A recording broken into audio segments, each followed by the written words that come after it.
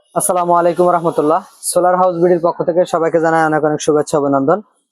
তো আপনারা দেখতে পাচ্ছেন এখানে হিউজ অ্যামাউন্ট এটিএস আমাদের স্টক অ্যাভেলেবেল আছে এবং মূলত আজকে প্রোটেকশন ডিভাইস সম্পর্কে অনেক ভিডিও করেছি, কিন্তু কোনো প্রোডাক্ট মানে কোন প্রোডাক্টটা কি কাজে ব্যবহার হয়, উপকারিতা কি, মানে এটা কেন ব্যবহার করতে হবে এটার বিস্তারিত কখনো বলা হয় নাই।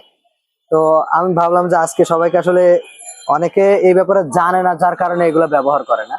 তো সুতরাং এগুলা কোথায় পাওয়া যায় এবং এর কাজ কি, উপকারিতা কি, কেন ব্যবহার করতে হবে বিস্তারিত আলোচনা করবে এই ভিডিওতে। তো সবাই আমাদের সাথেই থাকুন এবং আস্তে আস্তে বিস্তারিত সব বলতেছি। তো প্রথমে হচ্ছে এটিএস। ঠিক আছে, এটা হচ্ছে বাংলাদেশের সবচাইতে পপুলার একটা ব্র্যান্ড হলো সানটেক। আপনার সোলার সিস্টেমের মধ্যে সবচাইতে জনপ্রিয় মডেল এবং ব্র্যান্ড হচ্ছে সানটেক। অন্যান্য ব্র্যান্ডেরও প্রোটেকশন ডিভাইস আছে, তবে সানটেক তাদের প্রোডাক্টের কোয়ালিটিতে কোনো সময় কম্প্রোমাইজ করে না। এবং আশা করি যারা সানটেকের প্রোডাক্ট ব্যবহার করতেছেন তারা ব্র্যান্ড সম্পর্কে জানেন। সুতরাং ব্র্যান্ড সম্পর্কে আর বিস্তারিত বলতেছি না, শুধু কোনটার কাজ কি এবং কেন ব্যবহার করবেন বা আপনার জন্য কোনটা প্রয়োজন সেটা এখানে সবকিছু আমি একটা একটা স্যাম্পল রাখছি জাস্ট বলার জন্য, বোঝানোর জন্য। তো এটিএসটা আসলে কেন ব্যবহার করবেন? যাদের বাসায় হচ্ছে আপনার জেনারেটর আছে, অথবা মনে করেন যে হাইব্রিড ইনভার্টার ব্যবহার করেন, অথবা অনেকে আছে দুইটা মিটার ব্যবহার করে, তাদের জন্য মূলত এটিএস। তো এটিএসটা কি হয়, দুইটা পাওয়ার সোর্স থাকে, যেটা যখন হবে সে যেটা থাকবে, ধরেন যারা দুইটা মিটার ব্যবহার করে, এক মিটারের কারেন্ট না থাকলে আরেকটা মিটার, তখন ম্যানুয়ালি গিয়ে চেঞ্জ করার কোনো প্রয়োজন নেই, আপনার এটা অটোমেটিক্যালি চেঞ্জ হয়ে যাবে। বা অনেক যারা হাইব্রিড ইনভার্টার ব্যবহার করে, দেখা যাচ্ছে ইনভার্টার নষ্ট হয়ে গেল রাত 12টা বাজে, তখন এটাকে পাওয়ার চেঞ্জ করবে কে? আপনি ওই সময় তার ইলেকট্রিশিয়ান ডেকে ওইটা খুলে চেঞ্জ করা সম্ভব না। তো যদি এটিএস লাগানো থাকে তাহলে অটোমেটিক্যালি কারেন্টে শিফট হয়ে যাবে। তো আপনার ইনভার্টার নষ্ট হয়ে গেল, আপনি বাইপাস হিসেবে কারেন্টের লাইনটা আপনি ব্যবহার করতে পারবেন। তো এটিএস গেল এটা। এটিএস আমাদের কাছে দুইটা মডেল পাবেন, একটা হচ্ছে ডিজিটাল এবং একটা হচ্ছে রেগুলার। দুইটাই এটিএস অটো কাজ করবে। এবং এইটারই আর একটা যেটা ম্যানুয়াল, অনেকে আছে যে যেহেতু এটিএস এর দাম একটু বেশি যার কারণে কিনতে পারে না, তাদের জন্য রয়েছে এমটিএস, ম্যানুয়াল ট্রান্সফার সুইচ। এটা মাস পজিশনে থাকলে অফ থাকে এবং নিচে দিলে একটা সোর্স থেকে আউটপুট যায়, আবার উপরে দিলে আরেকটা সোর্স থেকে।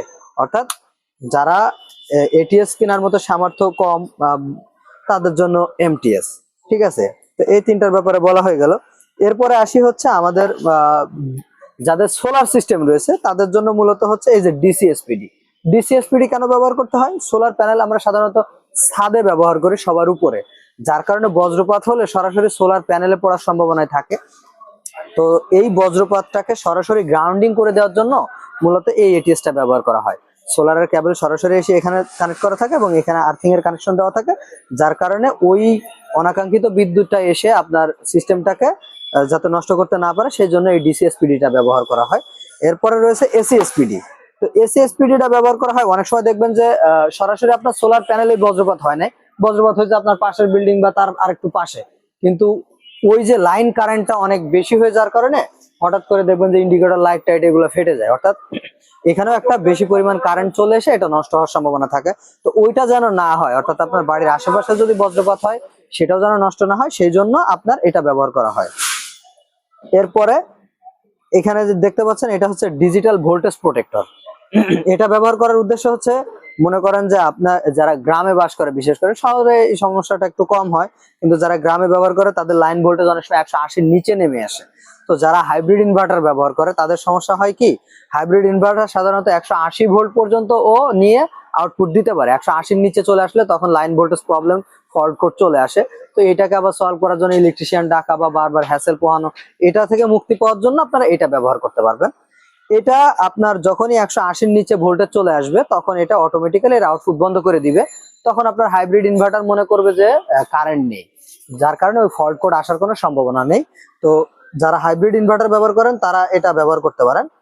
এবং এর সঙ্গে আমাদের কাছে এখানে দেখতে পাচ্ছেন ব্যাটারির জন্য 125 এম্পিয়ারের সার্কিট ব্রেকার, এবং পিভি সোলারের জন্য আপনার 16 এম্পিয়ার, 20 এম্পিয়ার, 32 এম্পিয়ার, 40 এম্পিয়ার এবং 63 এম্পিয়ার আপনার রেটেড ক্যাপাসিটি অনুযায়ী, অর্থাৎ আপনি কি পরিমাণ সোলার প্যানেল লাগাইছেন সেটা যদি আমাদেরকে বলেন এবং ক্যালকুলেশন আপনি নিজে পারলে নিজেই সরাসরি আপনার পছন্দ বা আপনার প্রয়োজন অনুযায়ী এম্পিয়ার নিতে পারবেন, অথবা আপনি যদি ক্যালকুলেশন করতে না পারেন আমাদেরকে বললে আমরা ক্যালকুলেশন করে আপনার প্রজেক্টের জন্য কত এম্পিয়ারের সার্কিট ব্রেকারটা সুইটেবল সেটা আমরা আপনাকে সাজেস্ট করব। এবং এখানে দেখতে পাচ্ছেন ডিসি ফিউজ। ডিসি ফিউজটা মূলত ব্যবহার করা হয় মানে যারা খুব বেশি সচেতন তাদের জন্য। কারণ আপনারা জানেন সার্কিট ব্রেকার ট্রিপ করার জন্য আপনার 10 মিলি সেকেন্ড পর্যন্ত সময় নেয়। তো অনেক সময় সেন্সিটিভ ইকুইপমেন্ট গুলো 10 মিলি সেকেন্ডেও নষ্ট হতে পারে। তো ফিউজ এটার কোনো সুযোগ নেই, অর্থাৎ ফিউজ 1 মিলি সেকেন্ডও সময় নিবে না, অর্থাৎ এটার মধ্য থেকে বেশি কারেন্ট যাওয়া মাত্র এই ফিউজ লিঙ্কটা পুড়ে গিয়ে আপনার পুরো সিস্টেমটাকে রক্ষা করবে। তো যারা একটু বেশি সেন্সিটিভ ইকুইপমেন্ট ব্যবহার করেন বা একটু বেশি সচেতন থাকতে চান, তারা আপনারা এই ডিসি ফিউজটা ব্যবহার করতে পারেন। এবং যারা হচ্ছে এই পুরা সেটআপটা নিবেন বা কিচ্ছু দরকার নেই, আপনার বাসা যদি কারেন্টের লাইনও থাকে, যে কোনো সময় স্পার্ক হয়ে একটা দুর্ঘটনা ঘটতেই পারে। তো এই ডিভাইসটা যদি নিয়ে রাখেন তাহলে 15 সেকেন্ড, এটার ম্যাক্সিমাম টাইম লাগে হচ্ছে 15 সেকেন্ড। 15 সেকেন্ডের মধ্যে এর মধ্যে যে কেমিক্যালটা আছে সেটা আহ, বের হয়ে আপনার পুরো ডিবি বক্সের আগুনটাকে 15 সেকেন্ডের মধ্যে নিভাই দিবে।